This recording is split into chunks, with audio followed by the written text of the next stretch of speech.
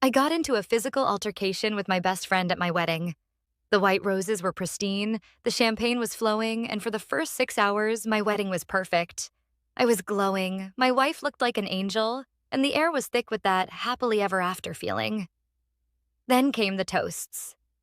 Mark, my best friend since kindergarten, stood up. He was swaying just enough for the room to get quiet, not out of respect, but out of nervous anticipation. He'd been hitting the open bar since the ceremony ended. I caught his eye and gave him a subtle, wrap it up nod. He ignored it.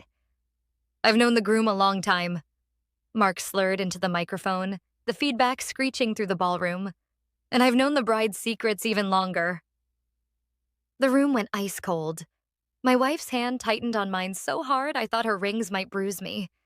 Mark wasn't just drunk, he was bitter.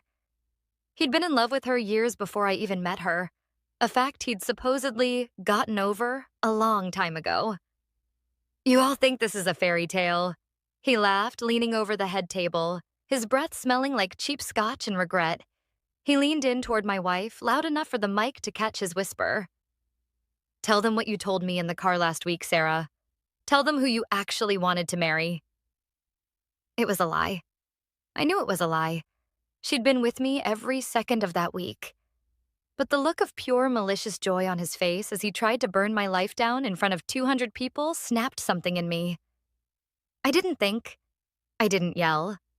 I just stood up, and before the fairy tale could end in a scandal, I ended it with my right hook. The sound of my fist hitting his jaw was the loudest thing in the room. Mark crumpled into the 3-tier wedding cake, a spray of white frosting and sponge flying everywhere. The silence that followed was deafening. I stood there, my knuckles throbbing, looking at my best friend lying in the ruins of my dessert. I didn't feel regret. I just felt the sudden, sharp clarity that the best man was officially a stranger.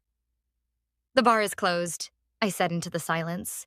Then I sat back down and took a sip of my water.